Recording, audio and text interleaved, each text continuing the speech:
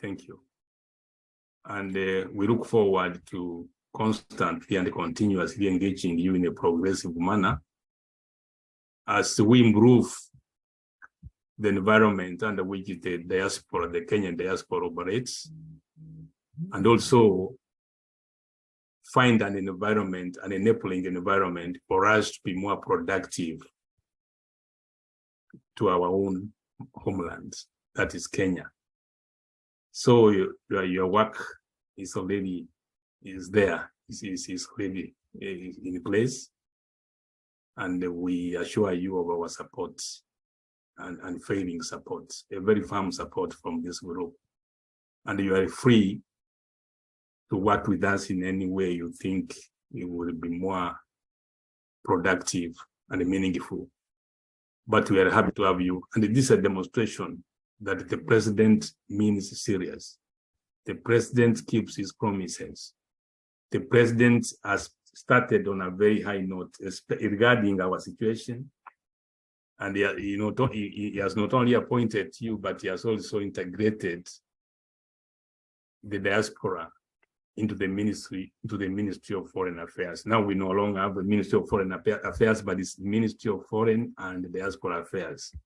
Those are things which we have taken very seriously.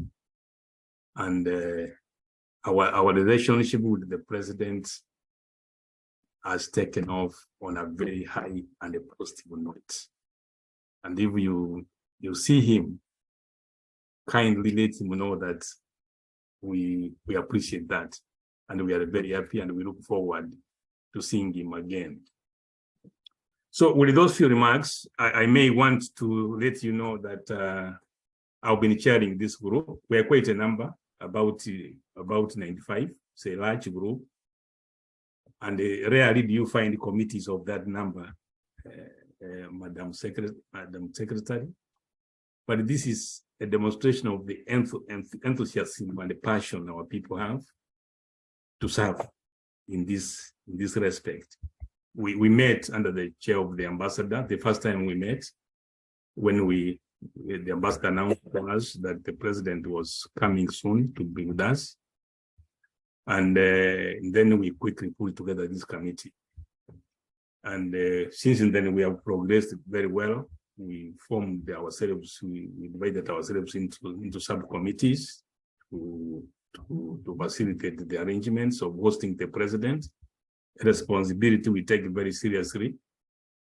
So we have various subcommittees, some dealing with the various aspects, including hospitality, security and the protocol,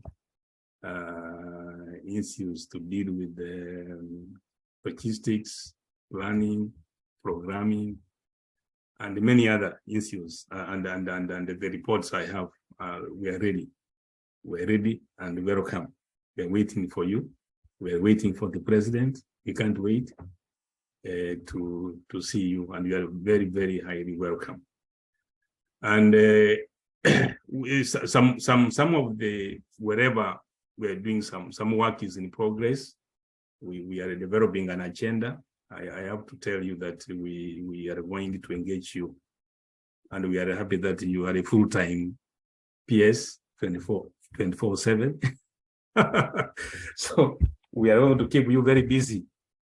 So the kind of document I send you a draft came to your table, I think, soon.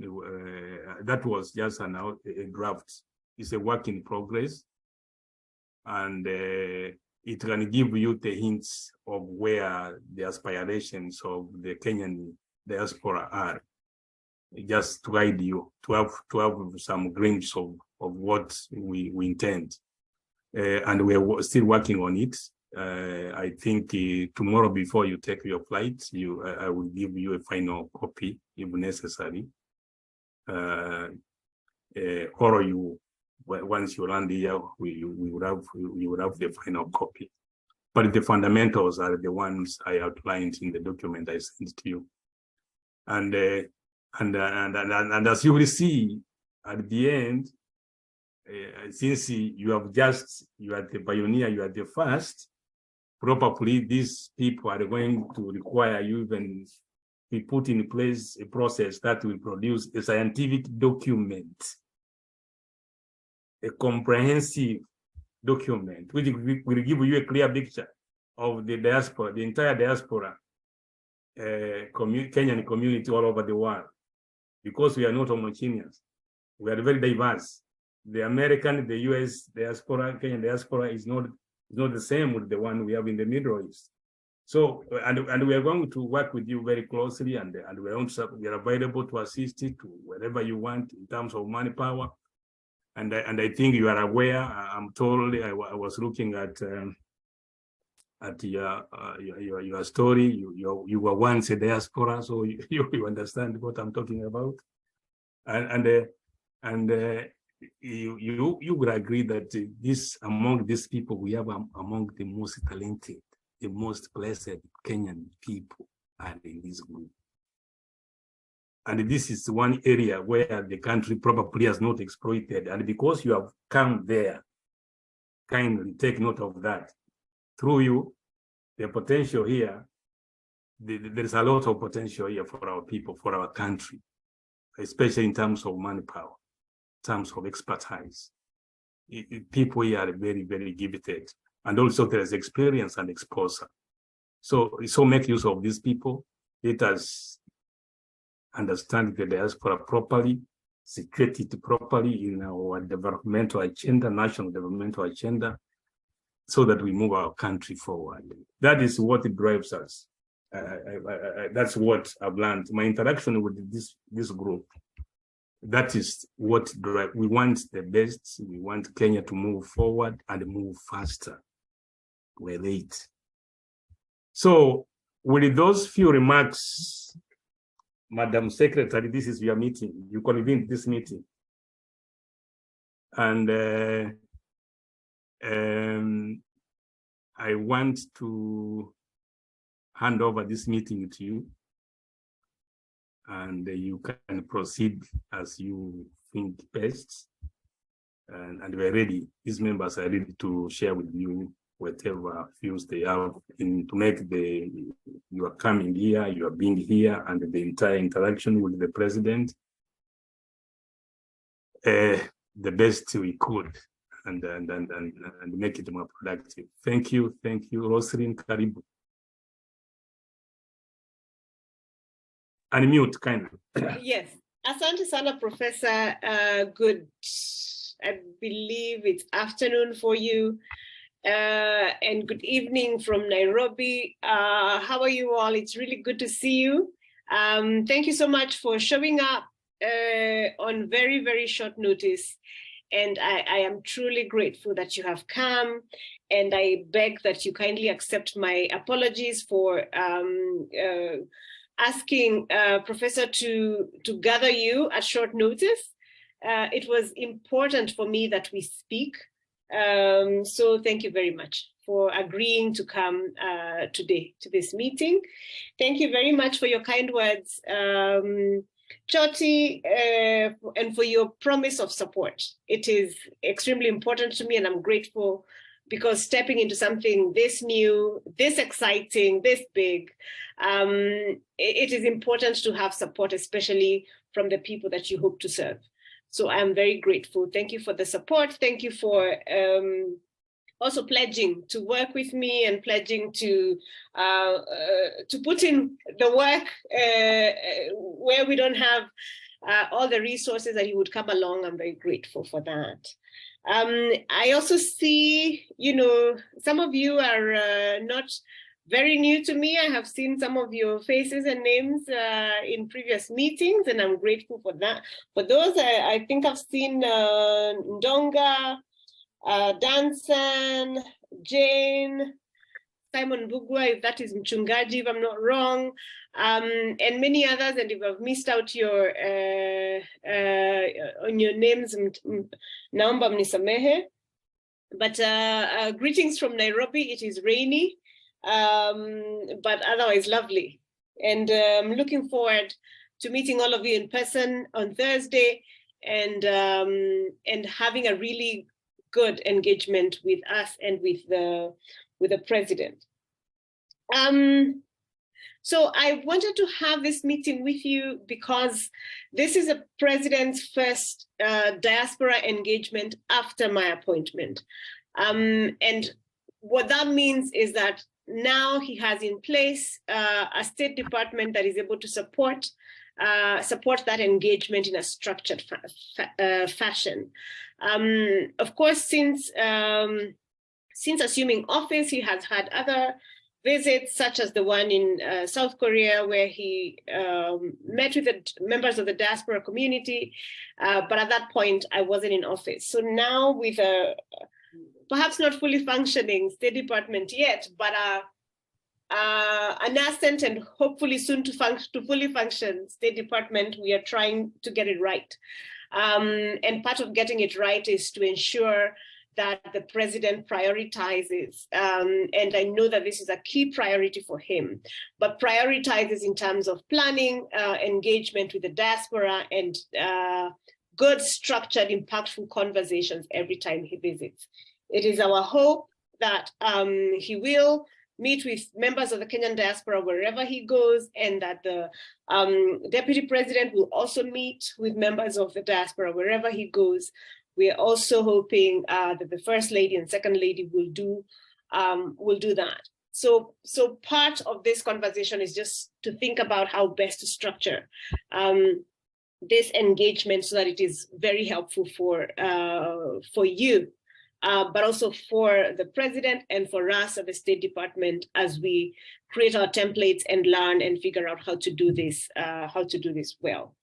As you know, our meeting is for the 15th, that's Thursday, currently at 4:30 p.m.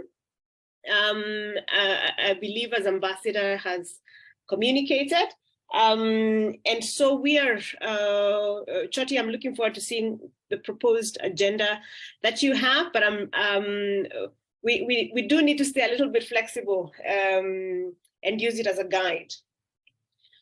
What I had asked Ambassador Amaya to do is to try and, one, gather for me the leadership of this sort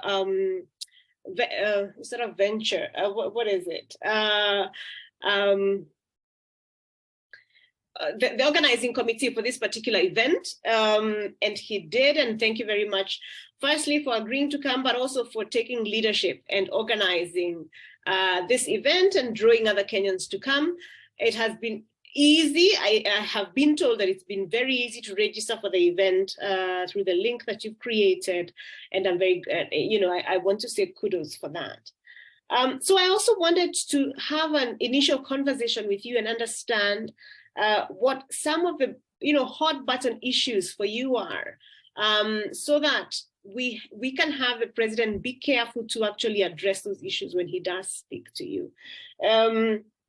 And Choti sent to me a document that you have put together, and I have to commend you that that document is does not read like something from the Book of Lamentations. It is not a Serikali's idea document. It is not a list of issues that you must handle for us. It is actually, this is what we think the State Department should do, and this is how we think the State Department can sort out our issues, and it's very progressive. It's very positive, and I want to say thank you for that.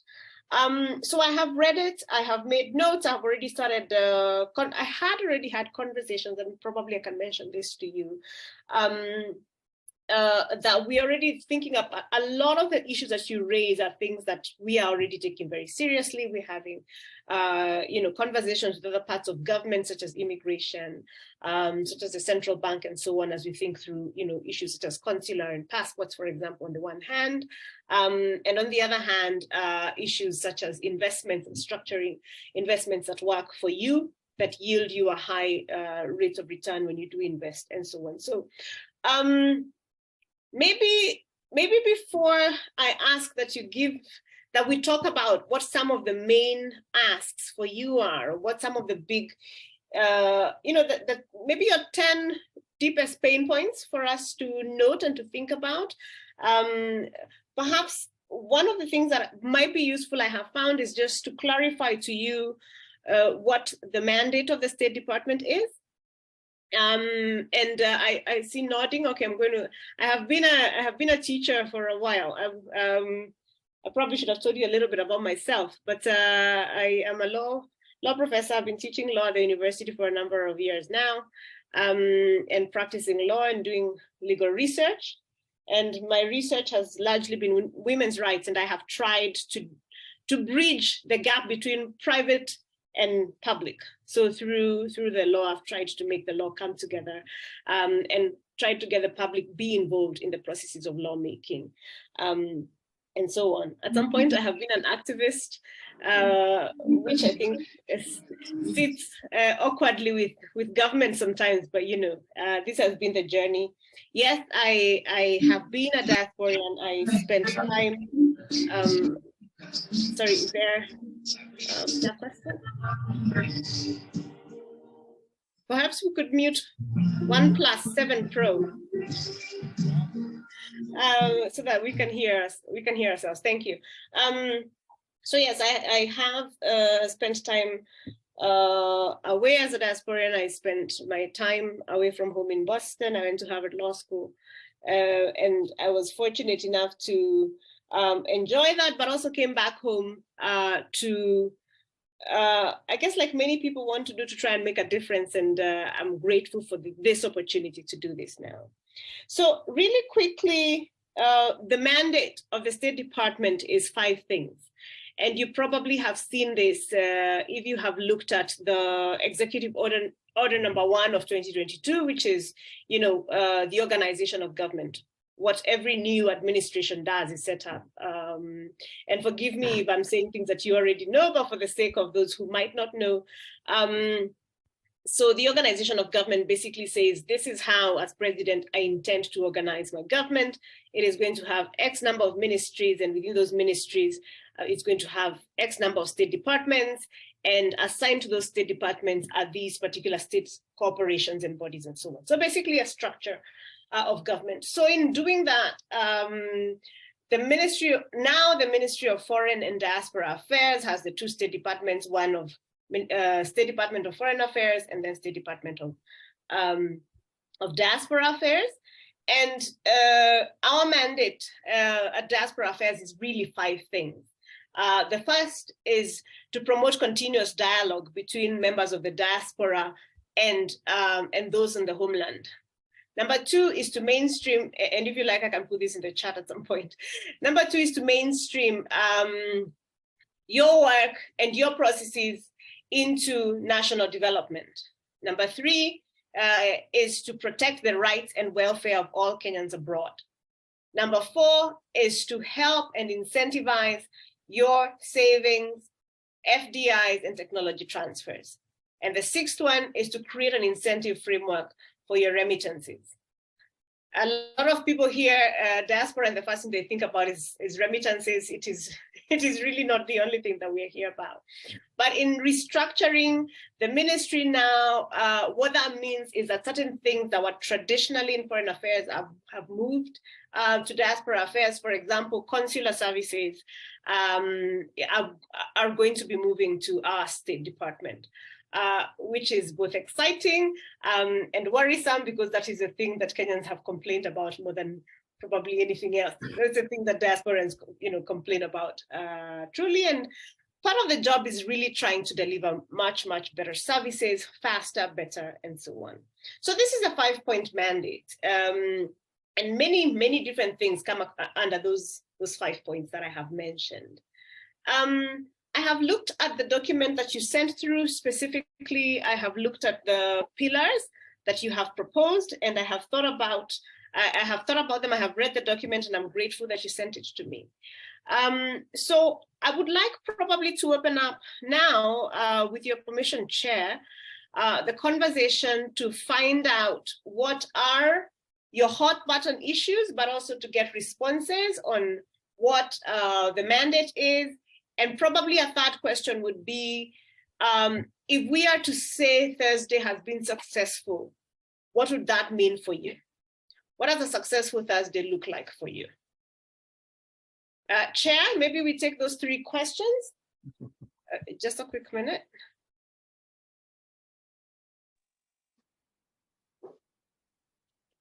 Yes, so those are my three three questions. Comments on the mandate. Secondly, what does success on Thursday for you look like? And three, what are the hot button issues? So, Chair, I want to hand that back to you, and then probably you can coordinate that, and then I'm very happy to respond as we go along. Okay, thank you, Madam PS, for that good introduction and highlights. And I'm happy that you noted that what we send to you, the draft we send, is a progressive document, and actually it lays a background towards a continuous engagement. That's what we want to do, because we have 5 years to engage you and your department. So members, I think you have listened, and we don't want to waste time. We want to go straight to the 3 questions. We can begin with let's begin with the hot button issues, because that is where I think in brief we know them, we have them. But if she wants to, we want immediate actions on certain areas as in matters of priority. So let's Nancy Ruto, kindly be brief and to the point. Nancy Ruto from Canada. Thank you, Chair. Thank you, Madam Secretary. Thank you, my other chair of the committee. Thank you, everyone. And actually, I'm so glad that I'm speaking to Madam Secretary today, and that she's here, like, to listen to Canada issues. Because before anything else happens, I just wanted to bring forward the fact that Canada has got very unique and genuine issues that are not stipulated in the pillar, and they are very high priority. Namely, Madam Secretary, we don't have a place in Canada that we can get IDs. Like, if we want to get an ID because our children came of age when they arrived in Canada, some have been born here, they are 18 years old, and there are so many, they have to go to Washington, D.C. That is the only place. And then in the whole Canada, Madam Secretary, Canada is vast and big, and we have only one place to renew our passports.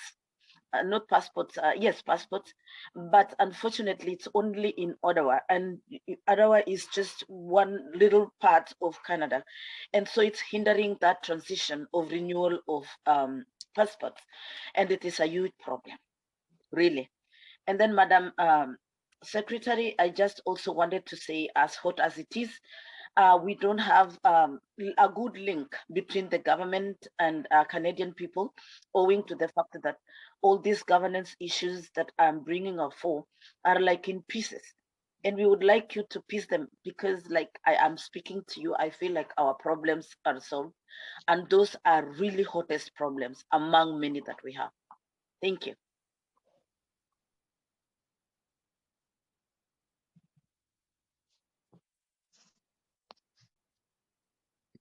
Chair, would you like me to respond to the issues as they come, or do you want us to sort of gather them and then perhaps maybe hear from 3 people and then respond to those? What do you think?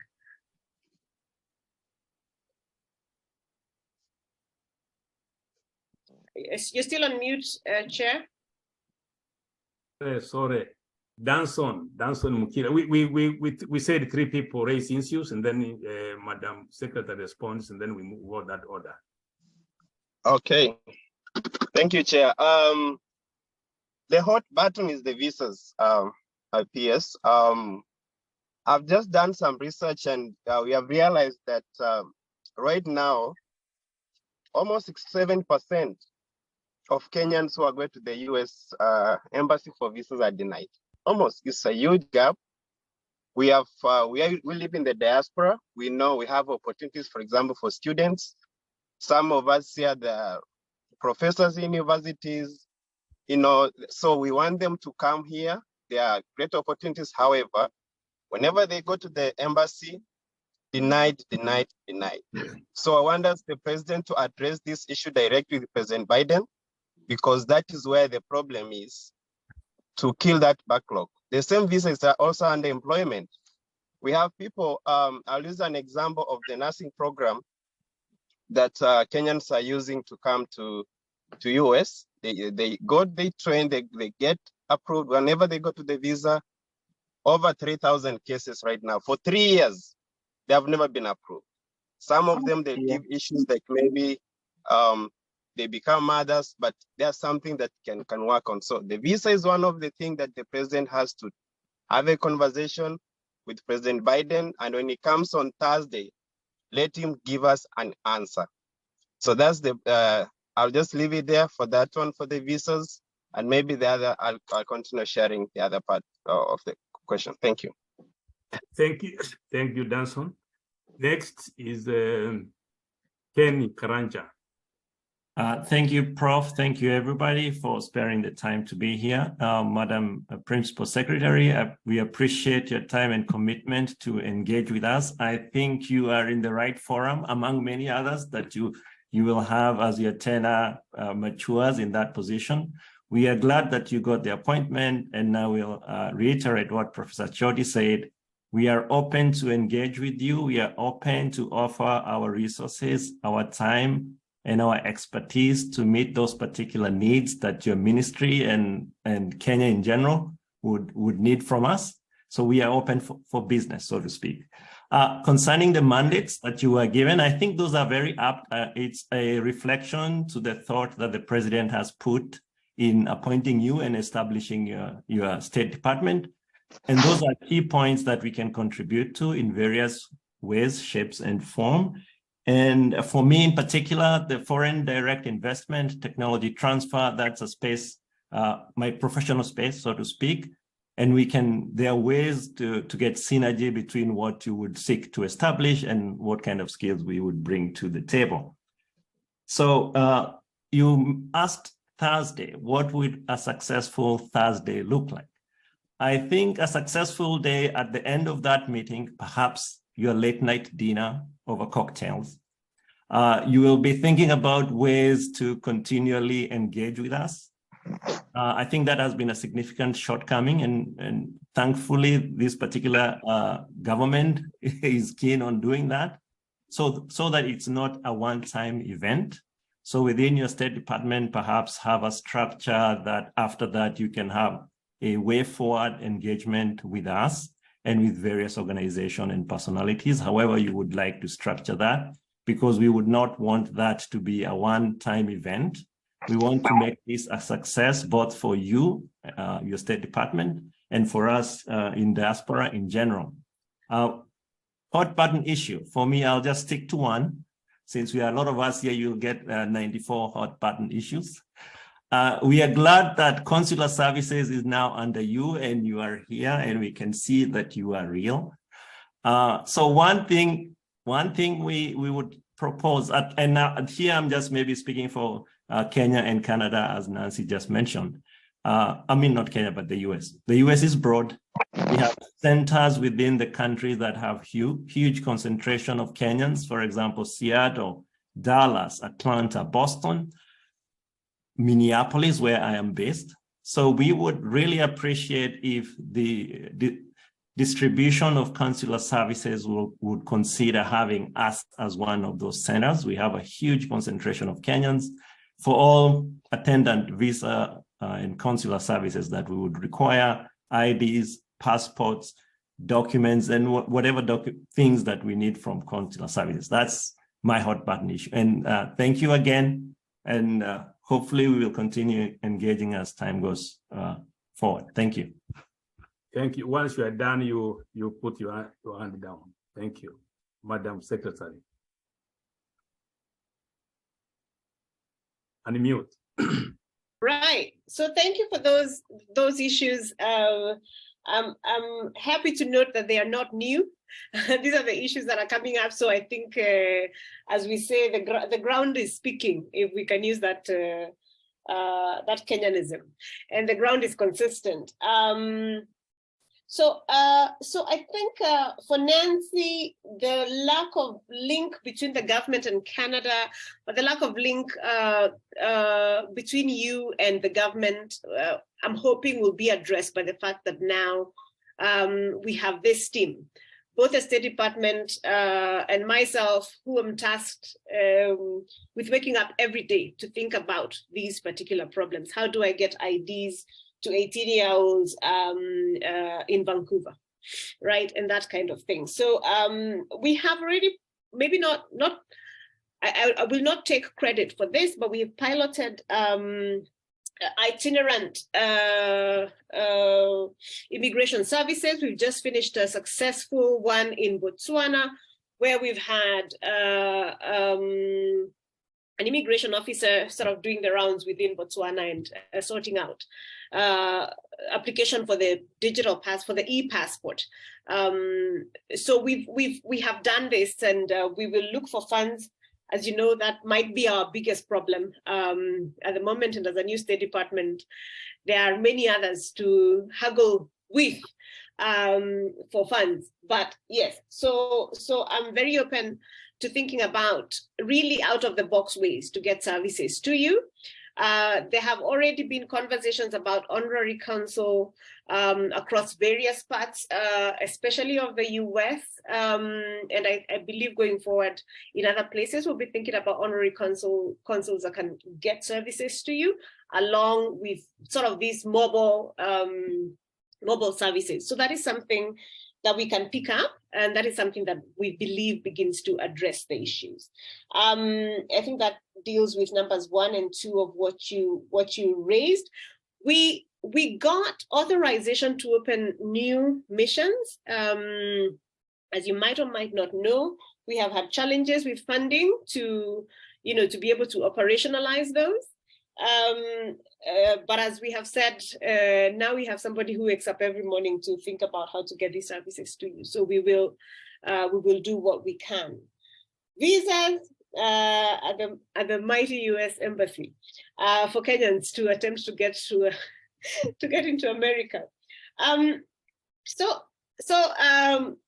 will for sure mention this to HE as a concern. I think it has been a concern for many years. The US says that they have done a number of things, including the fact that now, if you have had a visa to the US expire within, I believe it is the last 5 years, you don't have to appear for an interview to get your renewed visa. And now they give 5-year visas as opposed to the sometimes 1-year visa that used to happen back in the day. So we're making progress, slow progress, but some kind of progress.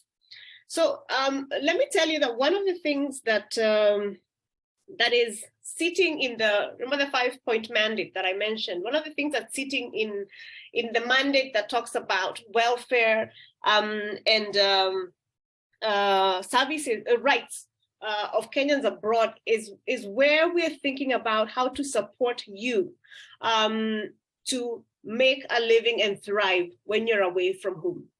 So what does that look like?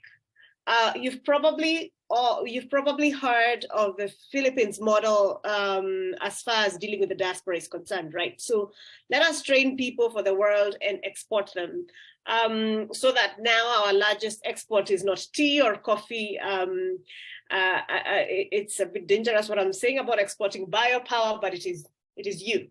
So how do we train you up? And how do we support you so that you are our very best exports and you do well while you're there? I'm putting together programs on how to think about these things. I will be coming to you for your participation and for your ideas on how we can better do that. My personal dream is that, the thing about the State Department for the Diaspora Affairs is that it begins to answer many of Kenya's problems.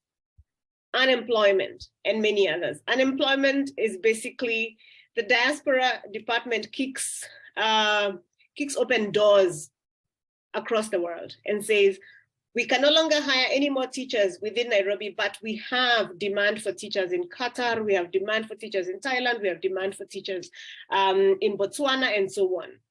Can you kindly train for us 5,000 teachers so that we can export them and that kind of? So we are thinking of a structured way of dealing with that sort of problem. So conversations about visas and making it easier for our people to move are going to be a big part of that conversation. You might know, for example, that we have now gotten into an agreement with South Africa that Kenyans no longer need visas from the 1st of January 2023, and basically they can just rock up, right, to South Africa. So these are some of the things that we are trying to systematize, and thank you for that question. For Kenny Karanja's question on, first of all, thank you for offering to help think about tech transfers. I have noted it down here, and I will be coming back to you as we structure how those conversations are going to happen. But also, yes, the answer to your question is similar to the one Nancy asked, which is how to extend services across a very large expanse, with sort of services at the two extreme ends and nothing at all in the middle. So conversations about appointing honorary consuls are ongoing, but also the question about mobile services is also ongoing. I do hope to do one of those, and then I can actually come along and get to meet as many people as I can along the way. It is possible that we will ask that you kindly partner with us, so that if I can mobilize to bring government services, then probably you can mobilize some space for us, and then we're able to come and serve you in that way. So happy to have that conversation with you. Oh my goodness, what is the last question? Did I forget the last question? Was there another question that I did not write down? No, that was it. That was it, okay. That was it. Okay, good. Thank you, Madam Secretary. And sorry, Choti, this is also not to say that if I answer your questions conclusively that you can't raise them with the president, you can. But you probably can use you can sharpen those questions and say, and raise them. However, if these answers suffice, I'm happy to do that. But yes, please proceed, Choti. Thank you so much. Alex Karundi. Thank you, Chairman. I'll be very brief in the consideration of time. Congratulations, PS. We love you being here. We appreciate that you're part of us. Having lived here, then we have a real partner in diaspora who would represent our views. And like you said, you actually have all of them, if most of them, if not all of them. For me, a few things. One, there is a resumption of, we want to have a resumption of international adoption that was banned in 2014 due to concern of child trafficking. I think if we were to go back that area where the government can set up a depository and enable resumption of international adoption in accordance to the convention, you'll help a lot of families in the diaspora who are willing to sponsor or to adopt their relative children who otherwise may have become unfortunate. Maybe they have lost their parents or their relatives. Another area of concern, and I think you briefly mentioned it, the government also need to lobby for Kenya to be listed as a country eligible for to provide H2A and H2B visa beneficiaries. That is probably on the lower caliber rather than the techs and all that high-skilled labor. Those of us that are in transport business know how the deficit we have on trucking drivers in this country, which is everybody who is in transportation, and a lot of Kenyans are. They can tell you how beneficial that would be if we can be able to bring our drivers from Kenya here. That will work a long way. For me, what is a happy Thursday? If you could be able to set up a team, or if we can hear a future team where this engagement will continue, and probably that team to give us a feedback of what is going on between the policy guidance and the action plan for diaspora, that would be a very, very good happy Thursday.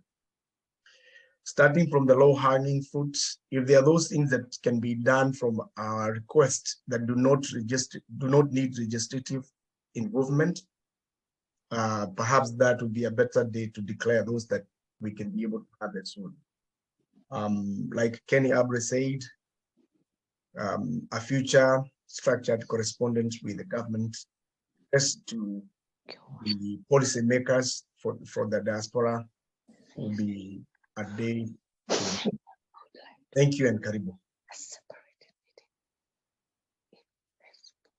Thank you, Alex.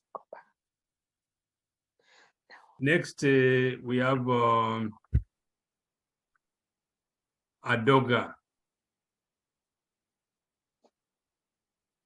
Thank you, Mr. Chairman, and welcome, Secretary Roseline Njogu. We are excited to have you, and at least in our meetings on the dialogue. My question is simple, and I try to expound it a little bit so it's understood well. The question, to me, my concern is how do we cultivate continued relationship between the two Kenyans? We have a Kenya that resides in Kenya and a Kenya that resides outside Kenya. The question that comes in mind is that of remittances and the dispensation of other services that would include bringing technology to Kenya, opening up factories by the Kenyans who live abroad, and how that is done. When you consider the remittance part of it, you can imagine someone like me, once I'm gone, the part that I remit will also be gone. Our progenies needs to be cultivated so that they are part and parcel of Kenya. And that ties to the question where the lady asked about the issuance of visas or passports for progenies who are born here or who will be born in future who are interested in being part and parcel of Kenya. So as we go forward, the most important thing, and which might address a lot of questions, is how do we make our progenies, those offsprings of Kenyans living outside Kenya, part and parcel of Kenya and become part of the franchise so that we can contribute without having too many walls to climb or dig under. Thank you. Thank you, Banadoga. Next is Linda Stewart. Hi, everyone. As everyone knows me, Linda Stewart. Congratulations, our new PS, Roseline, for your appointment. And, of course, the courage to be able to fight for women's rights. We know the struggle that we go through as women every day.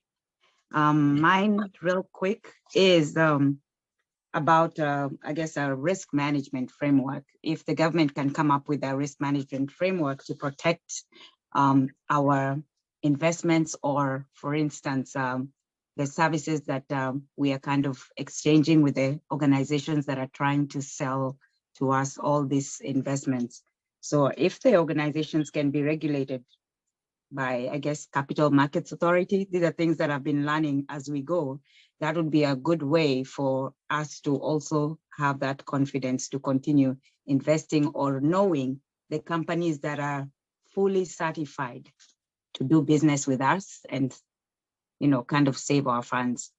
And then the last one is online, I guess, ways of reporting incidences. For instance, we are usually told that we have to travel all the way to Kenya if something happens, especially with the Safaricom fraud. Many of us are a target where it's an in-house thing that is happening with employees, where they have access to our passport information. And, we become victims of a lot of money being lost through M-Pesa fraud. How can we have an online way of reporting with the police department to make our process easier? Some of us can go home, but not everyone is able to kind of travel frequently. So it becomes a challenge to report an incident that happened to kind of propel that situation. That's all I have. Thank you, Madam Secretary. Thank you for those questions. Really good questions. I will give comments to the ones that I have answers to, and then I can promise that I will think about and find more information about the others. So I'll start with Linda's. Thank you for that question about online reporting for incidences. I will have to follow up on that. I don't know what the framework, truthfully, we currently have is. I do know that we are constantly hit with M-Pesa fraud, especially from the guys at committee, who are sitting with cell phones and doing things that we don't understand how it happens. But yes, allow me to follow up on that. I'll speak to my colleague at Citizens Interior, and I can have an answer for you probably, or we can talk about some ways forward when we do sit again. Risk management framework for protecting investment is a key priority for us. It is impossible for us to convince you to remit money or to save money at home, while some of you unfortunately have sent money home for houses to be built, and you have received photos of Mijengo and houses under construction and have found out that that was actually a neighbor's house being constructed and not yours. We are very alive to that. So yes, we are thinking about those things. But also, I guess, to flag now, so to say, one, that part of the things that we have to do is create this incentive framework for the diaspora in particular to invest. So that is part of ongoing work. But in the meantime, as we do that, maybe part of the service that I can do is indicate to you that some of the other things that you can do with money that you currently have is participating in government paper, in buying government paper. Bonds and bills, currently very secure, of course. You can buy directly from the CBK website, and if you fund it from your Kenyan bank account or from your M-Pesa. But if you don't do that, you can always do that through your commercial bank. I think Standard Chartered, I believe CFC Stanbic and a few others allow you to buy government bonds. Infrastructure bonds, as you know, are completely tax-free. So, so not a problem for you at all. But yes, so yes, we're thinking through longer and more robust frameworks. But in the meantime, there are some things that are working. Adolga, you raised a really important question about creating linkages with second, third, fourth generation diasporans. I learned from a meeting with the Irish ambassador to Kenya earlier this week, that Ireland has 10 million Irish people on the ground, but in Ireland, but 70 million in the diaspora. So their diaspora is larger than, the population at home. This information would not come to them if they weren't tracking data and collecting data, using data, learning how to use it for decision making and so on. So we will be having a conversation about how to do those things.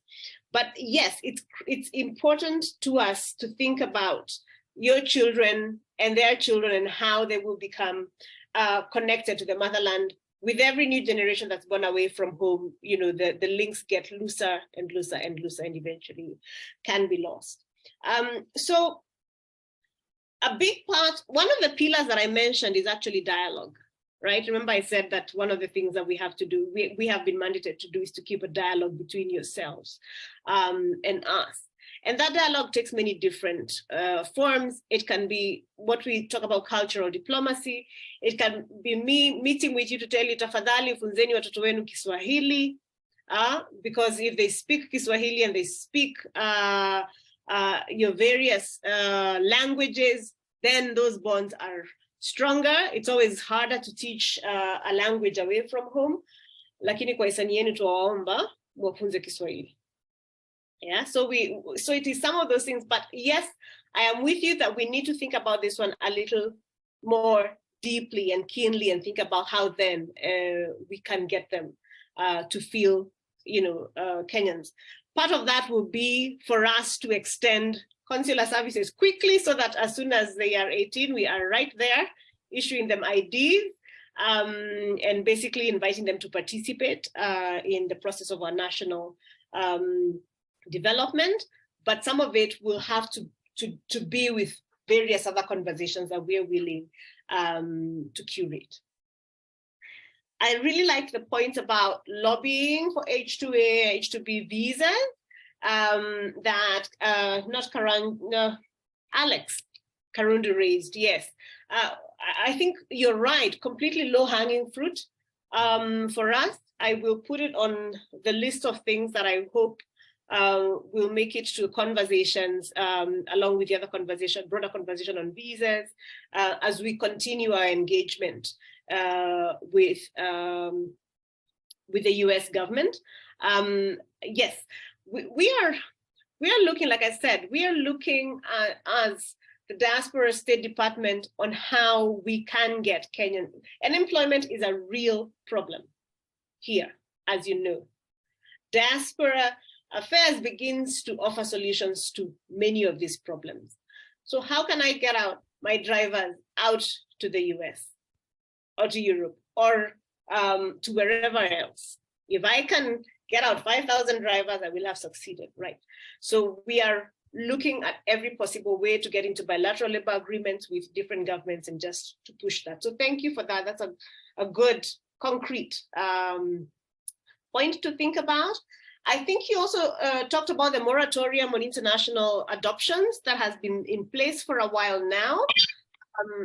Of course, again, the rationale being that the government has wanted to protect children from being trafficked and so on. But yes, we haven't been able to do international adoptions in a long time.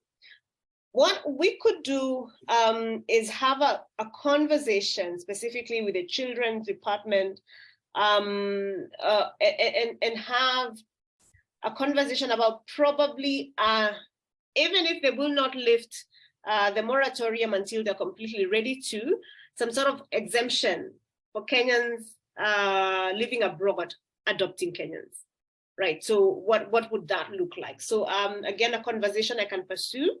And I'm grateful for the very concrete issues you have raised. Choti? Thank you, Madam Secretary. We continue, kindly let us be brief at the point. David Angwenyi. Chairman, this is Alphonse. I was going to request, if you allow me, Madam PS, how much time do you want? We want to give you, we value your time. And I see we have 11 hands up, just to be, so that we can be able to manage the questions and everything, please. Thank you for that. I'm the one who called you on a random Saturday morning. So I am really at your service. It's 9 o'clock here. So subject to what you want, I'm happy to take, we can go up to the top of the hour if that's what it will take for you, or sooner. Also to say, sorry, I think the point has been raised now by two people about the need for continuous engagement so that Thursday is not a one-off. One of the things that I am doing and trying to set up a system for is regular town halls with you.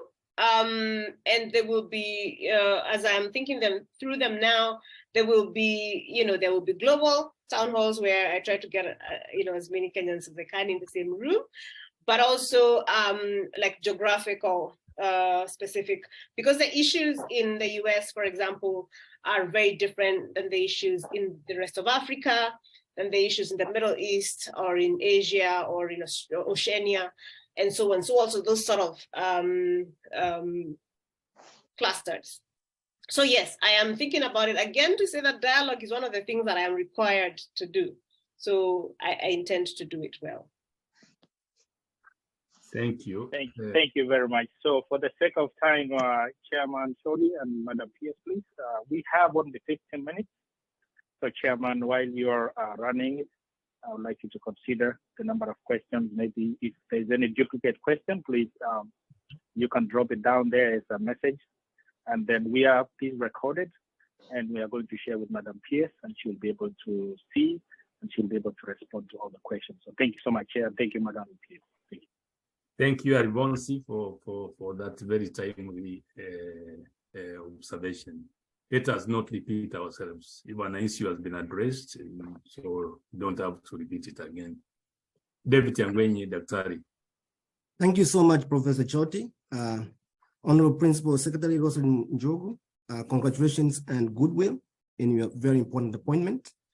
Your appointment is of great news for all of us in the diaspora, and we believe that it marks a new beginning and also an opportunity for a lot of things to happen because there's plenty of talent here in the diaspora.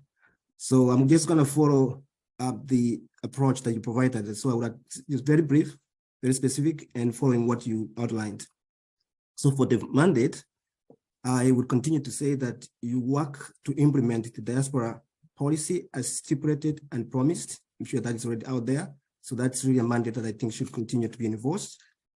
For the hot button issue, a number of them have been raised, but I would like to say that I think it's very important for us to work to create a functional leadership structure for the diaspora that works directly with you and that will also coordinate us, because that's very important. Having a well-coordinated diaspora within ourselves will make your work very easy, but also will make us really achieve a lot. That is something that should be really given priority as much as we can in an organized and a structured form. So that is something that I would like to request. What success will look like for me on Thursday, in addition to many issues that have been raised, I'm looking to see that we have a positive and an upbeat meeting with the president, but most importantly, an assurance that all of us are committed to not only make Kenya a very successful country, but also to engage into the future. And also, I'm looking forward to hear a promise that we are going to implement a very robust youth exchange program that is going to be well structured to introduce our American children of Kenyan descent who remain committed to Kenya, but also to promote our cultural diplomacy programs. And to that effect, I think there's a group of Kenyans here who wants to be part of that. So those are my submissions, and I'm looking forward really to a new beginning for the diaspora. Thank you. Thank you, Dr. Angwenyi. Dr. Robert Shuri. Thank you, our able chair, Professor Choti. Karibu, Madam PS Roseline Njogu. We are very much appreciative of and support the president in your continued performance in this particular diaspora affairs ministry. And we are saying that actually this is the first presidential announcement that actually was widely received in the diaspora and supported fully. So, Madam PS, you are very much representing us all where you sit. You represent the entire diaspora, and we are seeing you as our channel now towards the government. So we are very, very much in support of that. What I must say is that even the 5 points that you have mentioned clearly are very, very key and very important for all of us. And I think those 5 mandates that you mentioned are very, very good. As for hot button issues that are there, Madam Secretary, without going back to what my colleagues have mentioned before, and they have mentioned very worthy issues that you should consider. As you perhaps already know, there has not been any comprehensive database collected for Kenyans in the diaspora. None. We don't know where they are. We don't know their resources. We don't know their capabilities in a documented way. So one of the things that we would perhaps request, and is still a hot button issue, because we have Kenyans in the diaspora, and perhaps you already know, Madam Secretary, who have their visas that have expired, and therefore they are operating within the no man's land, because they cannot come back home, and over here, they cannot be able to perform certain activities. We have Kenyans that just have an ID document, or even maybe just the passport that they had, but they cannot be able to open bank accounts. They cannot even be able to send money back home themselves without using proxies for this. So one of the low-hanging fruits that I'm seeing that we can have is a comprehensive database that is perhaps mandated by a commission that you can be able to establish. That would be very, very important because, as you know, we rely on US government census information, and that is only provided for those who are legally having documents here. But those who don't have legal documents, or what we call makaratasi, sometimes they operate under the radar. And there are many. There are perhaps even many than more than the ones who may have the makaratasi. So what I'm saying, Madam Secretary, is you consider to have a way in which these Kenyans that are here that do not have that properly brought into the governance structure that you're going to have, so that they can participate fully in a very, very well coordinated way. But of course, we need to document and see where they are, because they are not participating in any census that is there. Of course, the other issues that have been mentioned are important, especially regarding a commission, and also issues around investments are very, very key and important for us to have them being structured in a good way. And of course, a diaspora investment board or commission would also be able to help in terms of structuring that. So on the success of our Thursday meeting, I'm sure if we are able to even thank the president and tell him that we are appreciative of what he has done for us, I think for us, that is something that will make our Thursday very, very good. And we'll be able to have the diaspora happy for that. Just one thing that I may want, perhaps maybe you consider, Madam Secretary, is that those Kenyans that you want to send out, we change the narrative of saying we are exporting them to the fact that they are our expatriates out of Kenya. That is a really talented human resource, and therefore maybe we need to change from saying that we are exporting them and say that perhaps we are preparing a really talented, innovative human resource as expatriates. Back to you, Madam Chair. Thank you. Thank you, Dr. Shuri. Then we have Jane Kip. Hi, thank you, everyone. Thank you, Madam Secretary, for your attendance. I think my question has been brought by Adonga and Angwenyi. It was to do with the youth, and I believe they have addressed it. And it was just to ask Her Excellent Madam Secretary if she has in her docket something to do with the youth, our children who are born here. We know that many countries have like exchange programs where they bring in different people from other countries. I was wondering if that will be part of in the agenda, that you can have our children who are born here also have the opportunity to go to Kenya through exchange program in a program that is really set up by the government, so it can, like, you know, help us also here, because we have so many of us, our children who are coming here or who are born here and they're staying here, and you know, life development is going to happen whereby we will be gone, but we want them also to know Kenya. And you know, families try to take them individually to their homes, but how do we do this collectively as a Kenyan diaspora community? Is there a way that you can incorporate that into that system? Thank you.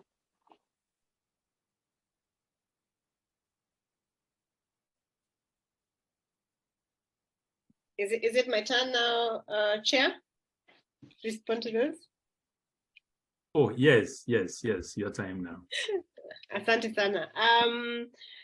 Really good points. I'm so glad we're having this conversation, because these issues are now I'm getting to the next layer. We've talked about remittances, we've talked about passports. Now we're getting to the, you know, to the second layer, the third layer. I'm very grateful. for the conversation.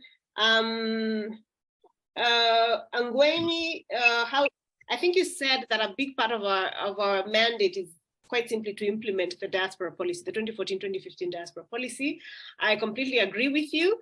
It speaks to the 5-point mandate that I mentioned, but it nuances it, right? So it colors it and gives it contours, and yes, absolutely, we intend to implement it. Also to flag that by the time I came on board, there was work ongoing to review the diaspora policy. Of course, we'll be coming back to you to get your participation on how then to review that 2014 policy and to bring it to 2022, 2023 and beyond. So yes, I agree with you. And I also want to thank you for bringing out the issue of structures within the diaspora and how to work with you. I think every time I speak to you, I'm always urging you to kindly build umbrella bodies.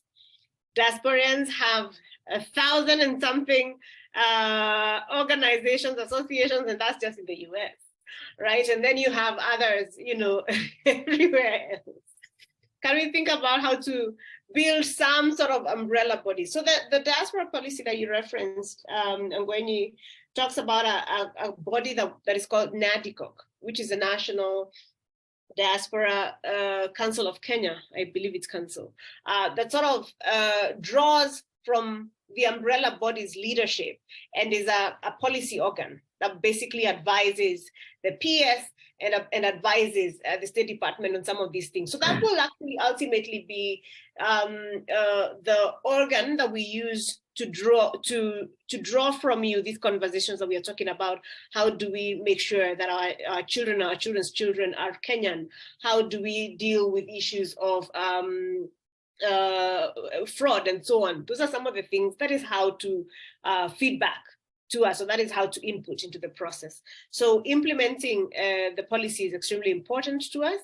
Another piece that we must implement that goes along with that is we have a new Foreign Service Act, which is a last year's act, and implementing it does a lot for the diaspora as well. I am agreeing with Robert about data collection and registration. So I will tell you for free that I completely agree with you that we don't have enough data about you. From the registrations that we've carried out, and you know that registration of diasporians is completely voluntary. The data tells us we have 1.6 million registered Kenyans living in the diaspora. But the missions, the embassies and high commissions also tell us, we think they're really about 3 million. We've only registered 1.6, but we think they're really about 3 million. But our own gut feel, looking at all the other data points we have, we know it's much, much more than that. But of course, it's difficult to put a number to it because you have refused to register. So we will be begging you to kindly register. And let me tell you why it's important for you to register. One, to assure you that that is data that is not being shared with any other government.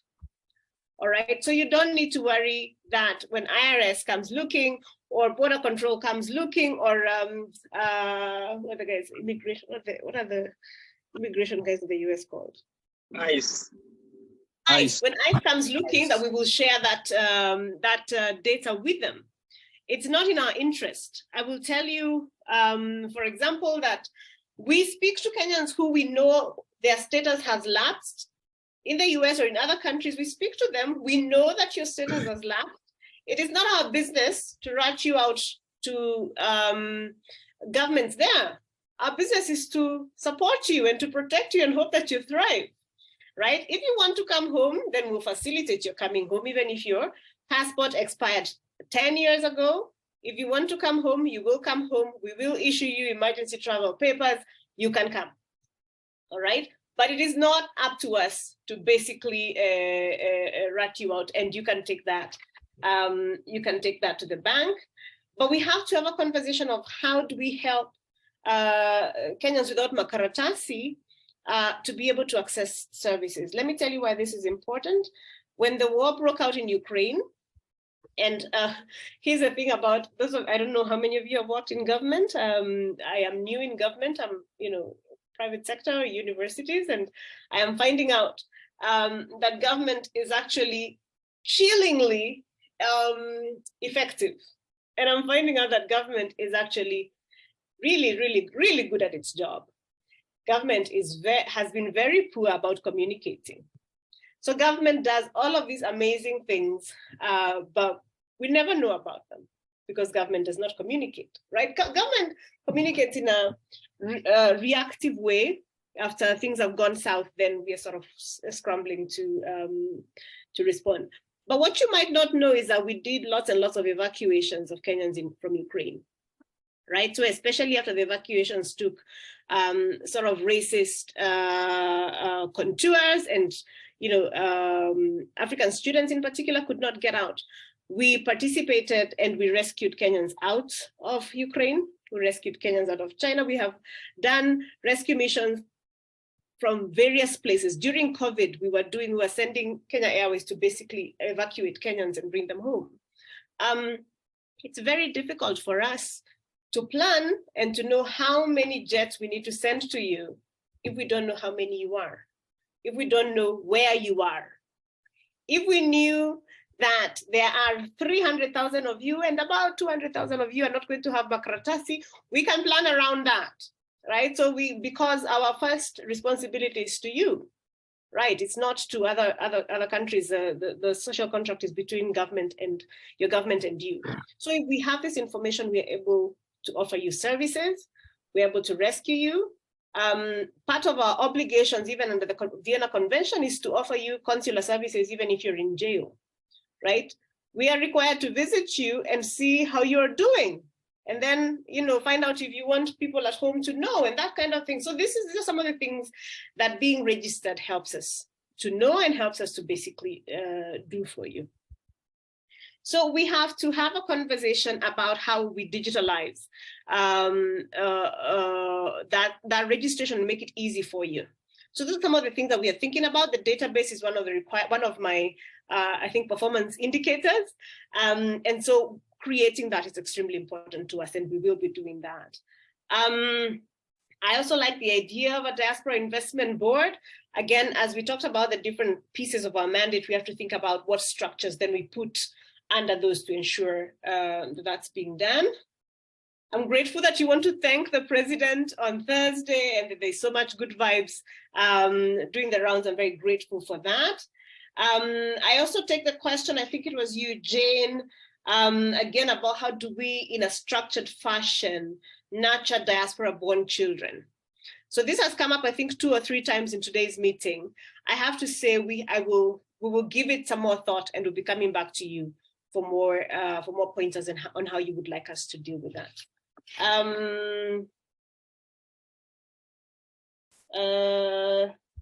Thank you for checking my very politically incorrect language about exporting people. I love the idea of expatriates, a powerful expatriate, very professional expatriate workforce, not immigrant labor, which has a racist sort of undertones, right? So you are expatriates, and that I like that, and I'll take that and I'll run with it. I think that's what I'm going to be calling it going forward. So thank you for that. Chair? Thank you, Madam Secretary. I hope there is somebody nearby to give you some water, please. I'm actually going to grab a bottle. Thank you. Chair, this is Alphonse again. We have 30 minutes to go, and I want to say we are doing good. We have a few questions coming up, Madam PS. I see people are already posting questions in the comment section. I see Jay Francis, I see Adonga Karanga commenting, Lina Salam, Karanja, so Linda Stewart. Let's keep it going. Madam PS will receive a copy of this and she'll be able to respond, because I know we have a lot of questions we want to ask. So Chairman, thank you for allowing me to do that, but we got only about 28 minutes to go. I would say 5 minutes to be saved for the final messaging. Thank you, appreciate it. Thank you, members, as we wait for Madam Secretary to come back. So yeah, she's back. I'm going to give more hands, to continue with the questioning, but let us be brief and to the point, so that we are done. I suggest we don't, let us first deal with the hands we have before we get others, kindly, because when you keep on adding, it's endless. Thank you very much for your cooperation. Meli. Thank you, Chair. Thank you, Madam Njogu, and congratulations on your new appointment.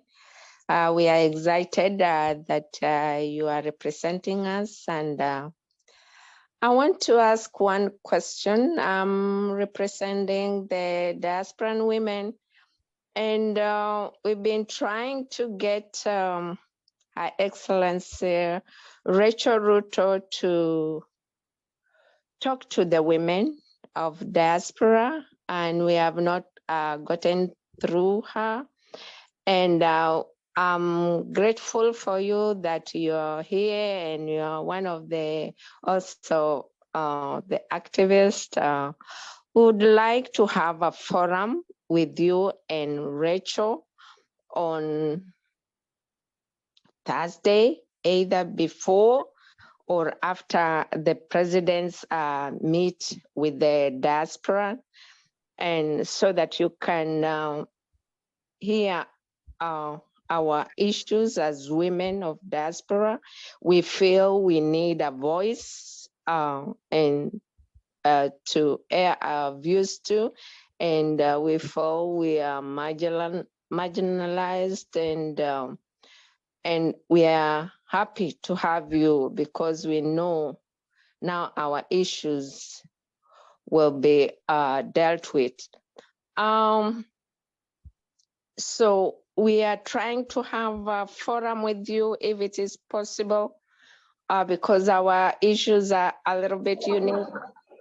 And Very thank you. I think that point is very clear. Okay.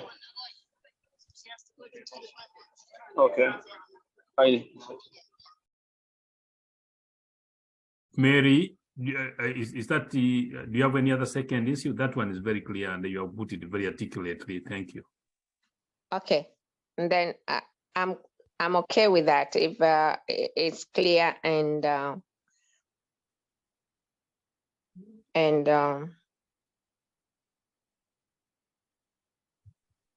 noted.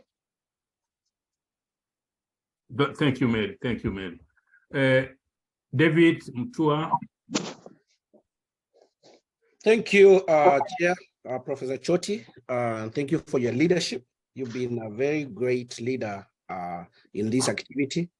And asante sana and congratulations to the PS, Madam Karibu, and welcome to the US. Karibu DC. My points actually is most of the stuff people have actually raised, and I just want to see us as the diaspora coming up with solutions to the issues that are challenging our country and are also challenging our people here. So as the president comes, you know, I'd support Bwana Shiuri on thanking the president, because the president has actually now given us a structure and human resource like Madam here to work with. And that's actually a very good gesture to us diaspora. It has been years and years in diaspora trying to find out something like this or get something like this. As we continue, one of the other things is that for all these things we have talked about, I think without a human resource or having like a task force or having like a team that is working with you, Madam, I don't think it will be, we'll be able to achieve most of these things. But my request is that if we can work with you and come up with a task force or a team or a commission and request that to the president, because you know, we already have existing structures in diaspora. And if we can come up with a task force that can kind of reach out all the way, have a system all the way from the bottom, you know, I'm in Cincinnati, I'm the president of the Kenyan community in Cincinnati. We already have a structure existing. If we can take advantage of those existing structures, as you said, we have an, the umbrella organization or umbrella team here, task force, that is working with all these other ones from the bottom all the way up, and set up a system so that we can achieve all these structures we're talking about. One of the things that actually, because I'm in the IT industry, one of the things that I've seen, especially the Indian community, I know we're talking about jobs, Kenyans, issue of employment. I see a lot of Indians who have taken the advantage of technology. One of the things that we can do is building structures within the diaspora, whereby these areas that we are talking about, the consulates, we can have like diaspora centers where it's innovative centers where ideas can be exchanged, and that is within your department. And these are the structures that we can build within the 5 years. And also in Kenya, we can have a diaspora desk or hub in each county, and kind of these are linked together. And then these are areas that we can also build as we continue, as we can build jobs down there, because right now, technology is enabling people to work from where they are. I work from home, and most of my colleagues up to the VP works from home, and we have employees all over the world who are working from home. So technology is actually pushing us to look at other ways of employment. So as diaspora, as we sit here, we will be able to enable people in Kenya, to come up with solutions on that issue of employment, as well as investments. These can be centers where investment can be, I'm looking at, let's say in this next 6 months, we handle the situation about visas, not visas, IDs, passports, and all that. So what are we going to do within the next 5 years? We have to have an innovative way or structures that can come out with other, other things that we can do as diaspora, especially investment, like what Shuri said, a commission for investments.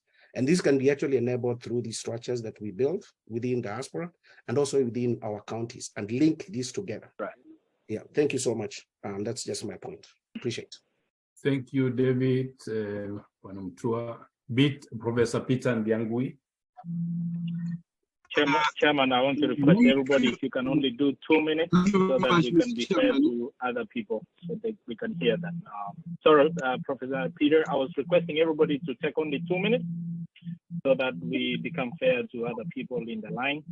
If we can all take 2 minutes, then we'll be able to present our questions to our Madam PS, please, before the time. Thank you. We are not going to go over the time. Thank you. That is in order. And I will with that, and I only need 2 minutes. Madam Secretary, thank you for joining us again, like everybody else. And let me go straight to the point. It's a kind of alternative in remittances, that of knowledge. Kenyans are doing amazing things all over the world, whether they're in higher education or in different fields. We need a structure to be able to remit the findings of their research. We should benefit our people at home for our country's development. For example, we have people like Njogu here who are doing a lot of work in dry areas like California. And the findings there can help in the arid areas in our country. That's very important. Finally, my people in Mexico, I am in Florida, but these are my neighbors. They have said they have no consulate. If they want to do anything, they have to go to Washington, and they're not allowed to go there. They have asked me, please, if you get a chance, tell the Madam Secretary, we need a consulate so that we can have an area where we can operate our services in Mexico. Thank you. Thank you, Prof. Johnny Munyoki. Thank you so much, Bwana Chair. Madam PS, it's really good to have you in the meeting today. My comments are very brief, but basically touch on two matters. You had mentioned that the Diaspora State Department would be willing to work together with Kenyans to help to solve some of the issues. And I was wondering if, for example, on the matter of mobile clinics, if we could partner with the high commissions and the embassies, that we would fund the mobile clinic ourselves, but you provide the personnel We provide the office, we provide the overheads for each pocket. And each pocket then would, you would tell us what the per diem is per day to handle your personnel to come. And each pocket where the Kenyans are will handle themselves. And that way, you can help to distribute as many of these mobile clinics as necessary, especially now that passports have been phased out and a lot of people don't have any way of traveling. Secondly, as another point, I was wondering if the Diaspora Affairs State Department could have a desk in each ministry, especially ministries that handle a lot of diaspora affairs matters like Ministry of Lands, Ministry of Health, Ministry of Finance, all of these places where we have so much trouble. A desk in there will help us to solve or rather address issues specific to those ministries, rather than trying to come to you in your central space and then you distribute all our issues. But a desk would really help us. Thank you. Thank you, John. Next is Amos Togochi. Hello. Yeah, thank you so much. This is Amos. I'm actually in Ottawa, Canada. And I just want to go straight to the point. I know Madam say that we have a lot of issues about unemployment. And here and I was thinking like Canada actually should be your first stop, because so far Canada is still a wide open country, is still accepting a lot of immigrants. They need a lot of workers, they need a lot of students, and we have a lot of opportunities for Kenyans actually in Canada. So and Canada still accepts a lot of, first of all, you just do paperwork, there's no interview and all that. So we have Canada, you should actually partner. We have a lot of us here in Canada and across all of Canada that we can help to facilitate. There's a lot of employment. And also I was thinking of Canada, actually, they really don't have to have very highly skilled laborers that they actually require. They need, things like technical jobs where you mechanics, electrician, truck drivers, as somebody said. And those are things that low hanging fruits that we can actually take advantage of. Right now, Canada is looking for workers from all over the world, but we partner with the Diaspora Ministry. We can actually link and help because we know where they need help, and actually this is very easy. And when you come here for 3 years, you can actually prepare yourself to get a permanent resident, and within 5 years you can be a Canadian citizen. So those still open. I know it is not as easy as I'm saying, but if we sit down and get things properly, I know you're a lawyer, we can get things done, and those ones will actually help a lot of Kenyans to come in. And also about students, we have a lot of institutions that the government just need to be helped and be able to students to be helped to come to Canada. So lastly, please, there's a lot of agents in Kenya. They call fake agents. That we have a lot of people. They're telling me I pay 300,000 to get a visa to come to Canada. I have a visa. I have paying 200,000. And those people, they just maybe, I don't know how they do it, but they end up coming here. And when they reach here, they're actually stranded. They don't know where to go.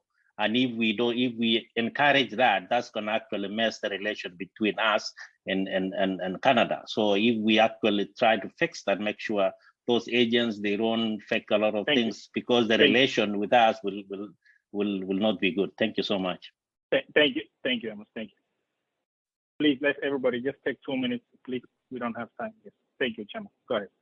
Madam Secretary.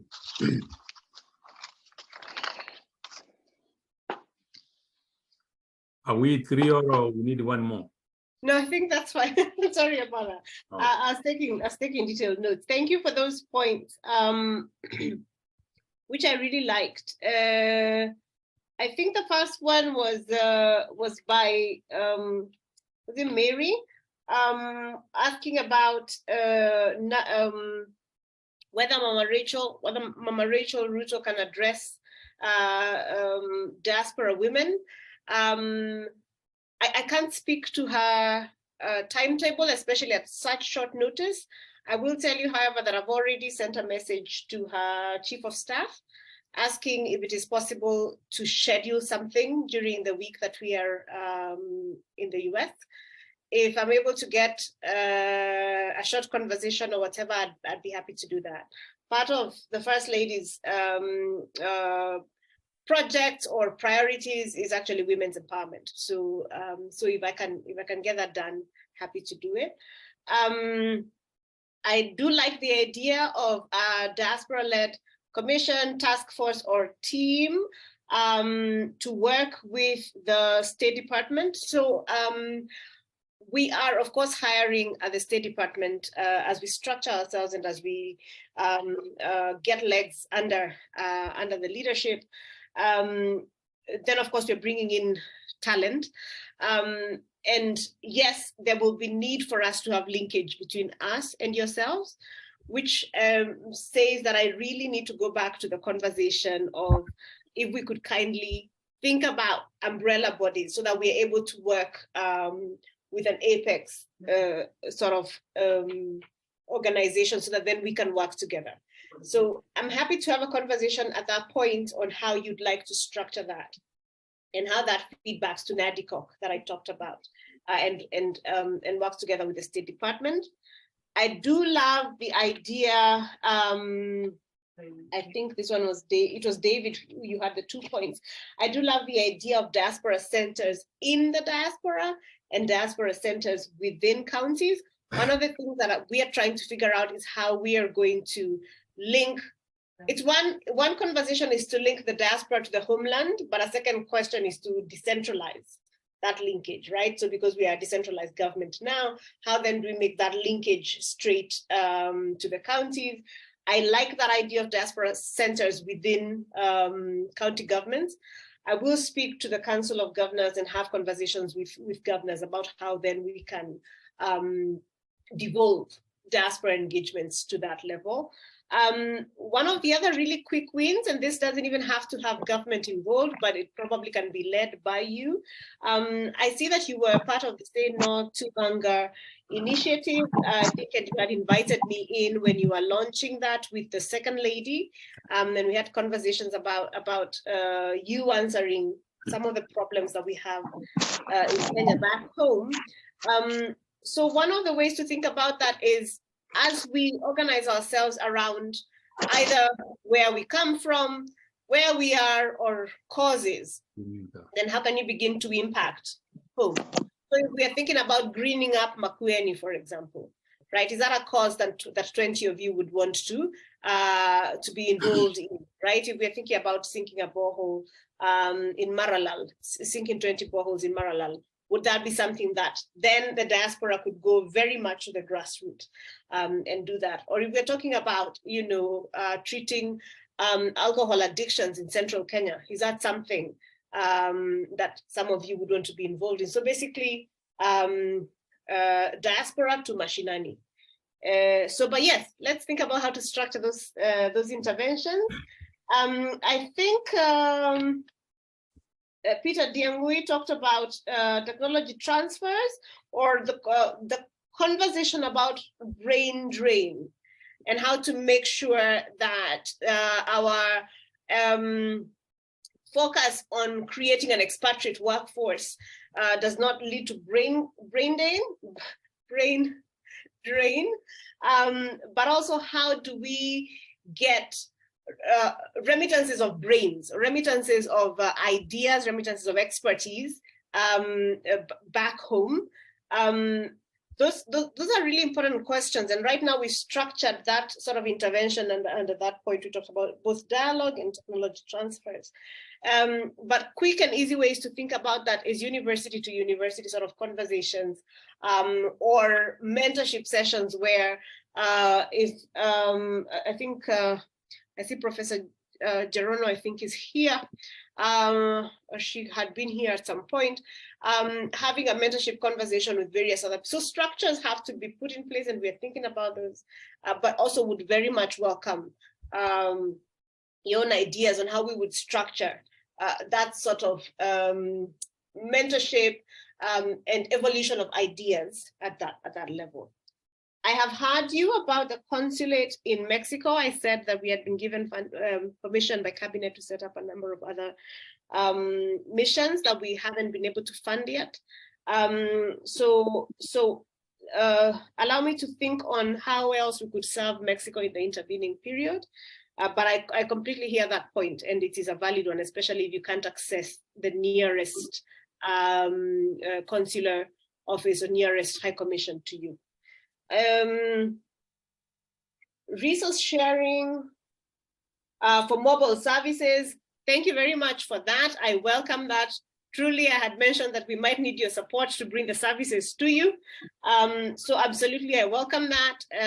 And I would be willing to begin working on that fairly quickly and just come back and say, I have immigration, people ready, I have consular officers ready. Can you mobilize in this way? And then we can move. So yes. I do like the idea of diaspora affairs desks at various ministries. I mean, we are starting out with diaspora officers in the missions, so coming to you to deal with your issues where you are. But this is an interesting idea that we hadn't thought about, putting some of our own people in other places where you generally need services at lands, investments, health, and so on. So allow us to think through that. If you have thought through it a little more and have clearer ideas, please send those to me. I'm going to give you my email address, and then you can just kindly share that with me. It's actually fairly easy. It's PS Diaspora. It's really easy. It's PS Diaspora at MFA. At some point that we are going to rebrand. We are now MFDA, but mfa.go.ke. That's PS Diaspora at mfa.go.ke. It's also Roseline.Njogu at mfa.go.ke. So kindly, if you have those, if you have thought through some of these frameworks, do share them with us. I'm happy to look at them. Which is also where I hope you'll share with me this particular recording. Canada, opportunities in Canada. I like that. I will be following that up, both with you, but also with the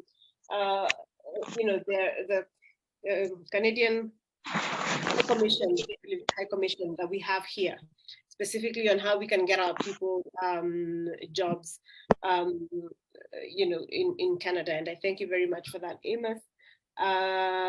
And I'm grateful that the diaspora actually wants to help us with those linkages. Yes, Chair. Thank you, Madam Secretary. And, kindly, those who are asking questions, kindly do not repeat areas which have been covered, and also be brief, not more than 2 minutes. So that Chairman, will you allow me to say something? We don't have time. The time is out. If I was you, Chairman, I would recommend that everybody just say hi, who raise their hand, only 30 seconds. And I'm not going to allow the meeting to go beyond the time requested by Honorable PS. And Madam PS, Gerono sent a message. She said that she's not here. She sent a message right there. You will see in the recording. But Chairman, if you allow me, please, I would like to see if we can lead anybody, just the 4 hands that have been raised. We can give them only 30 seconds. Okay. Right now it's 1:56, so that we can give Madam PS the few seconds she might be having. Thank you. If you allow me, thank you. Thank you, Alfonsi. And because Madam PS is here for the first time, let us be relatively generous. I will give them 1 minute. Samuel Ireli, All right, thank you, Bona Chair, and congratulations, Honorable Njogu, on your appointment. We're glad that you're part of us and you got that docket, so we really appreciate and thank the President for that too as well. Mine actually are solutions. They're not even going to be questions, and it's two solutions to that. I know a lot has been talked, especially what Dr. Churi talked about when we come issues of papers, as well as David talked about the diaspora ministry coming local to the people. And I do believe in grassroots leadership. I do believe that's where the trust lies. We understand there's been a lot of issues, even when you talk about organizing diaspora into one, it really can't work until that trust at the grassroots level is done. And we are requesting that, your office be that bridge for us to really understand, because we do have a lot of social issues, especially mental health within our Kenyans. We have a lot of homelessness within the Kenyan community. I live in Minneapolis, and that's one of the things we're really battling when it comes to domestic violence, deaths, suicides that are there among our Kenyan people. And for us to have that, I believe the ministry has to be in touch with the local leadership for them, because they're already trusted with the local people. Even when it comes to issues of papers, when we have people who have been, taken, who are being deported and all that, we as a community at the local level, we are the ones who understand what's going on with that. So we are hoping that you're going to come and talk to the local people, and that will encourage us to even want to partner up outside our jurisdiction. And then the last thing here is the last thing here is we also taking responsibility as diasporans, being the Kenyan ambassadors, ensuring that we are out there selling our country, especially the bracelets do work a lot. Thank you so much. Thank you so much. But we will have another time, I think, sooner. Caroline Mutoka. Thank you, Chair, and our Honorable PS. Congratulations on your new appointment. Mine might be different from what everybody has said. The American Constitution or legislation expressly excludes the international foreigners from getting compensation from the American coffers.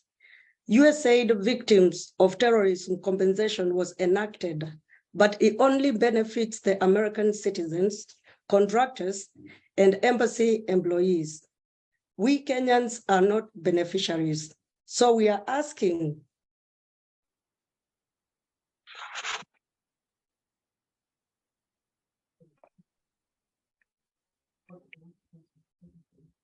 we've lost you. We've lost Caroline, you, unmute. She's muted herself. Unmute, Caroline. Sorry, did you hear anything? So yes, let me repeat. We had until the part of benefits only to US citizens and contractors? Yes, it only benefits the US citizens, the American citizens, contractors, and embassy employees. We Kenyans or foreigners are not beneficiaries to that fund. We are asking through the president through the House of Congress to legislate that act or to appeal against that act to allow Kenyans to benefit from that victims of terrorism fund. As you know, Kenya was a victim in 1998, and so many people lost their lives, so many people died. But there's that benefit that is sitting in the Congress that can benefit Kenyans. So we are appealing for that to be acted so that all those people can benefit. Thank you. Thank you, Caroline. That's a very important issue, and I think given the fact that the target was America and Kenyans were victims of circumstances, I think that is something that's worth following to find out what happened. Karancha. Thank you very much. I'll be quick.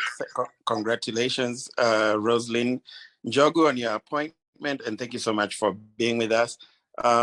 And just to add on to your points about, for example, diaspora participating in specific issues. For example, you pointed to Makueni with drought, alcoholism in Central Kenya, etc., etc. How about creating ways to directly invest in such via a diaspora bond. And this is something that I have spoken about plenty and just wanted to reiterate. And then on the question of brain drain, versus employment, I have a bit of a departure from the general conversation, which seems to be centered around turning Kenyans simply into a source of labor to grow other economies. And I know remittances are important, but I think no country can develop by exporting our talent. And so I would challenge us to use our expertise here in the diaspora more so to develop employment opportunities at home for our people via, using us professionals here with create linkages to institutions of higher learning, government departments, and in particular economists, etc., and educators to develop employment at home. And again, thank you all so much for indulging us, and congratulations again. Thank you. Thank you, Kalancha. Makobi. Thank you very much, Bona Chair, and congratulations, Honorable Njogu.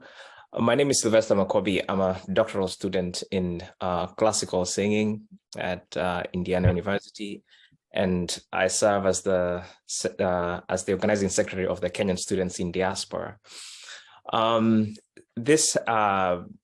My questions are to, first, it's also a request, and it's in line with somebody who had talked about the denial of visas for students who want to study, especially in the US.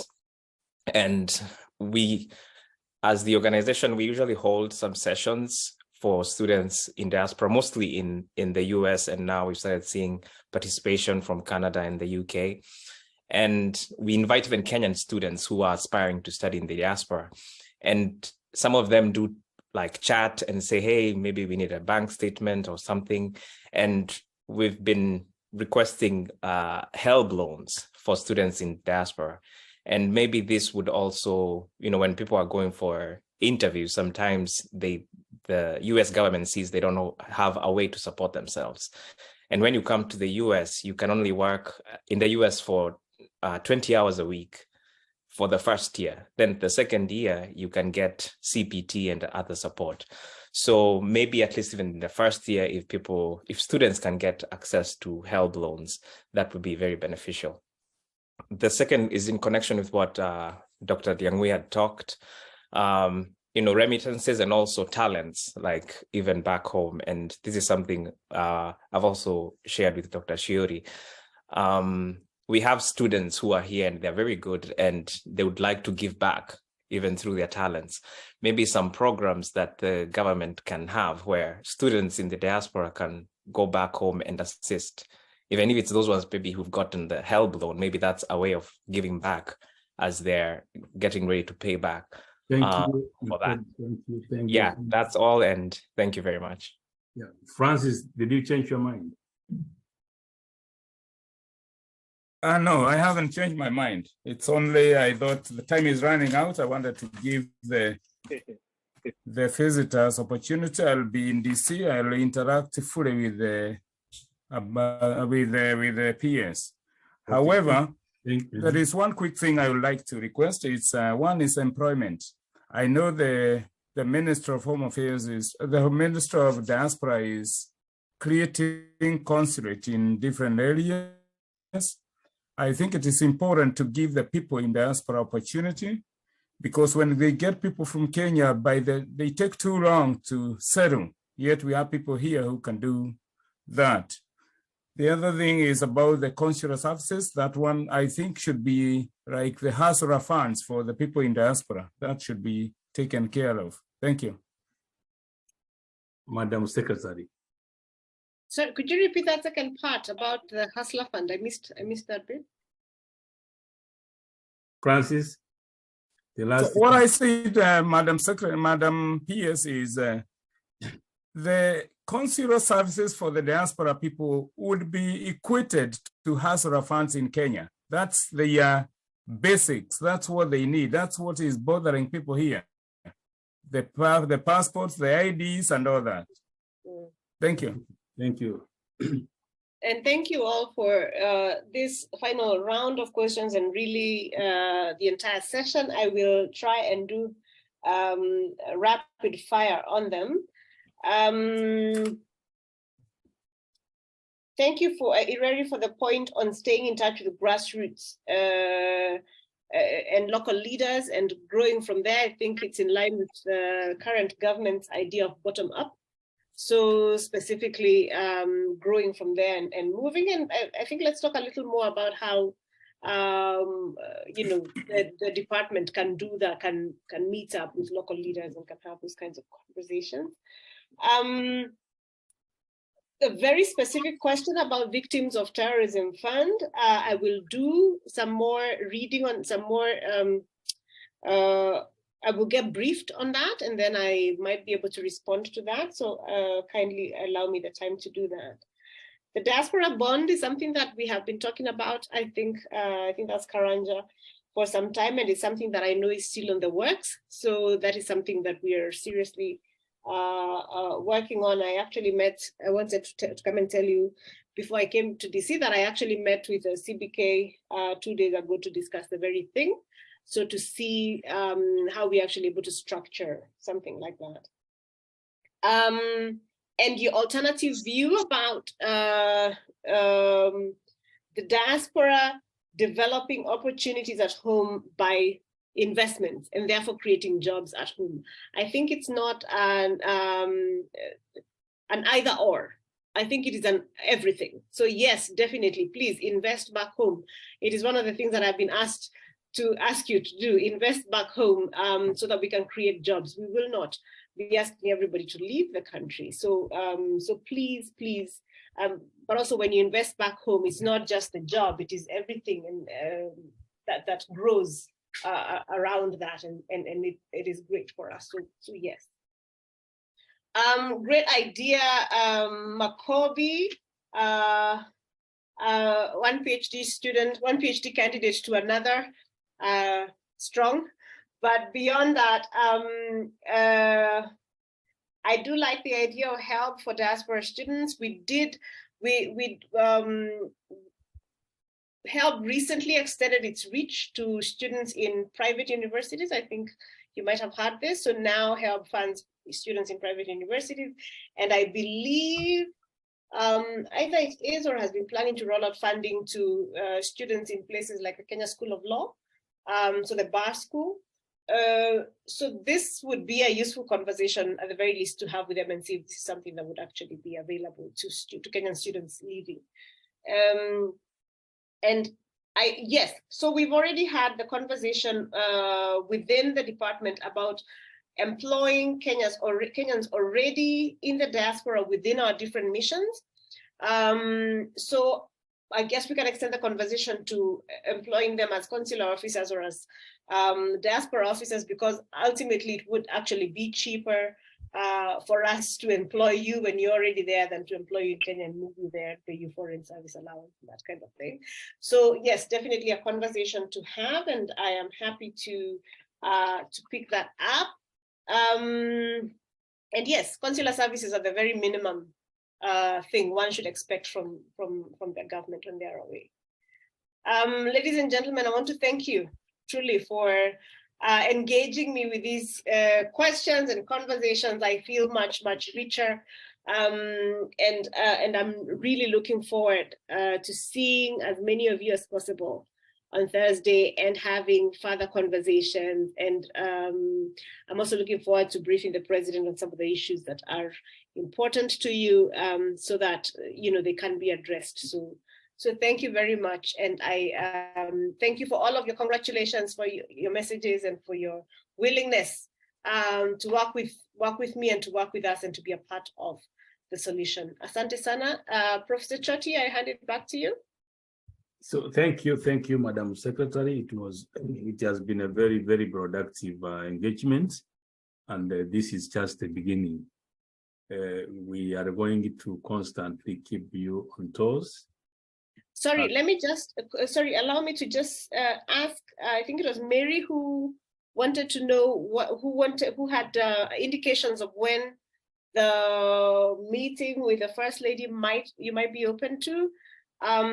Could you give me suggestions probably for Wednesday?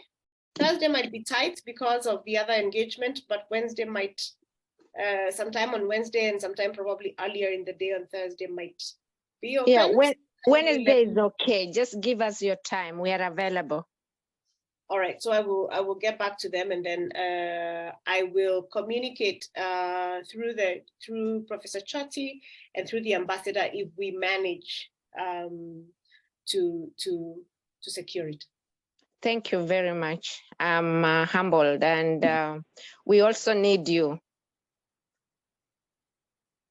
Yes, I'm also available at that time. Thank you. Thank you, Madam Secretary. We appreciate, and we know you are traveling. We wish you safe flight, and God's journey mercies all of you, those of you who are traveling, including the president and his entire entourage. We wish you safe journey to the US. You are welcome to Nawangojea. Karibu sana. We look forward. We can't wait. We look forward to seeing you personally. That would be very good. And also, if you have any maybe plans, maybe to meet Kenyans in another setting other than the Thursday presidential meeting, we can make arrangements. I'd be happy to do that. I'd be happy to meet Kenyan community and have more of these conversations while we are there. Again, we can talk about what dates are good, but yes, it would be an absolute pleasure to chat with more Kenyans. Perhaps there is a Kenyan-owned restaurant where we can go and sit, but you can tell me. Yes, we have one in downtown, the Swahili village. Only that I was there last night. When you called me, actually, I was there. There is a lot of music, a lot of noise. I don't know whether that is usually what it is. It's not the best place to, but we will do. There are people here who will find out how the best places where we can meet and have issues, especially in terms of environment, a quiet and wood place. Yeah. Thank you so much. We really appreciate it. It has been very, very, very productive, and I think members are happy. And before we close, I maybe want to give one or two members, probably those who never spoke, to say thank you on behalf of the entire team. Hello, Bonacea. Hello. Grace. Yes, my name is Grace Chege from Dallas. Thank you so much. My congratulations to the PS. And that was a very, very good forum. I'm a woman leader in this city and in Dallas forward. And I really I'm encouraged by the feedback about our Excellency First Lady meeting the ladies.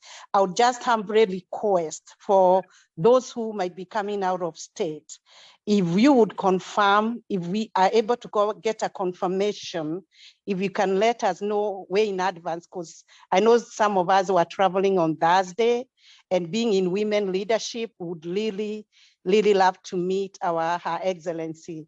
We have hosted her before in Dallas and would like to reconnect. Thank you very much and congratulations.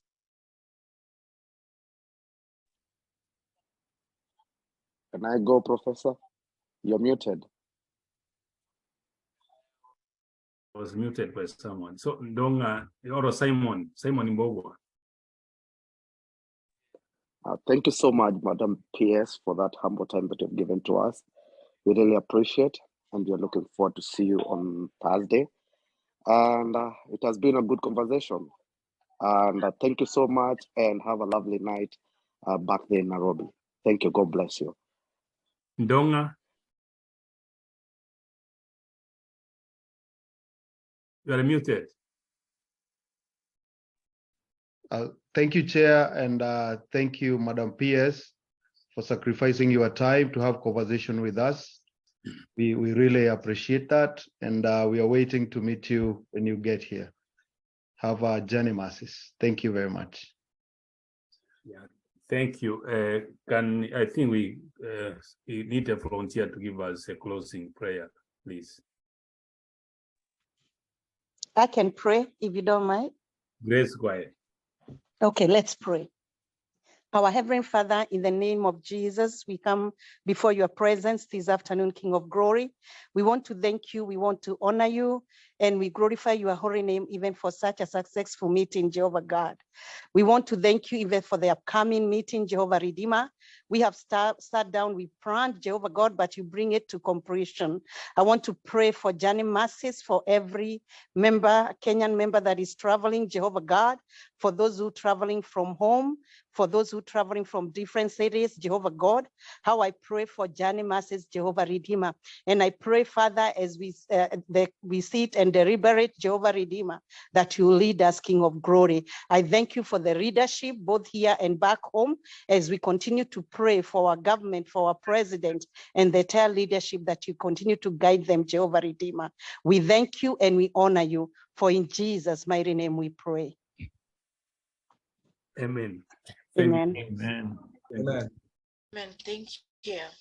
Thank you. Thank you very much. Thank you so much for coming. I really appreciate it. And see you next week. Thank you. Thank you, Lala Thank Salama. you, Njogu. Bye everyone. All right. Bye. Yes, tuletea chai, ukuja na majani.